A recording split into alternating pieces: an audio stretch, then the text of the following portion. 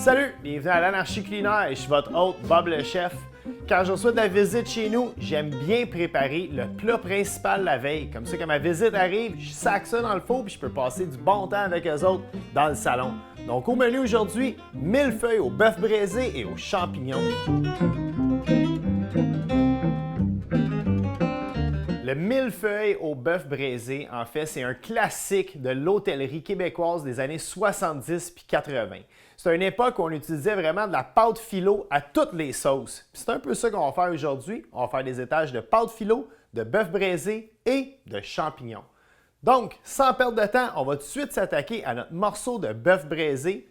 Dans une lèche frite, on va déposer un rôti de palette d'environ 2 kg auquel on va ajouter 250 ml de bière rousse, 250 ml de bouillon de bœuf, 2 feuilles de laurier et 2 gousses d'ail simplement épluchées. On couvre avec du papier d'aluminium de façon à ce que ce soit bien étanche et on envoie au four préchauffé à 300 degrés Fahrenheit pendant environ 3 heures à 3 heures et demie. Pendant ce temps-là, on va passer à nos champignons.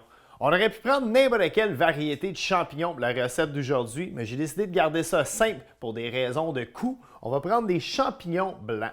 Alors, dans une poêlonne chauffée à feu mi-fort, dans laquelle on verse 75 ml d'huile canola, on va ajouter 1 litre de champignons blancs simplement émincés. On va les laisser colorer pendant un bon petit bout. Quand ils commencent à colorer, c'est là qu'on va ajouter une gousse d'ail hachée. On saute le tout et on poursuit la cuisson pendant environ 1 minute et on réserve. Une fois notre rôti de palette cuit à point, on va le transférer dans un autre lèche frite à l'aide d'une paille de pince. Ensuite, on va effilocher notre viande à l'aide d'une fourchette. Mais là, dites-vous que votre viande a passé 3h30 dans le four, donc elle est chaude que le diable. Donc, gênez-vous pas de tenir la viande avec une paille de pince d'une main pendant que vous l'effilochez avec la fourchette dans l'autre. On va ajouter un petit peu de notre jus de cuisson, question que ça ne soit pas trop sec. Et tout ce qu'il nous reste à faire, c'est d'assembler notre millefeuille. On a ici 1 livre, c'est-à-dire 454 g de pâte philo. La pâte philo, ça se trouve dans la section congelée d'à peu près toutes les épiceries québécoises. On l'a laissé dégeler dans son sac en plastique, c'est bien important parce qu'on ne veut pas que notre pâte elle sèche. Une fois qu'elle est décongelée, on va la sortir de son sac de plastique, on va l'étaler devant nous et on va la couvrir avec un linge humide pour empêcher la pâte de sécher. Dans une lèche frite préalablement graissée, on dépose une première feuille de pâte philo qu'on badigeonne avec du beurre fondu avant de la replier sur elle-même. On badigeonne encore de beurre avant de répéter la même chose avec une deuxième feuille. On ajoute le tiers de notre bœuf, le tiers de nos champignons et 250 ml de fromage râpé de notre choix.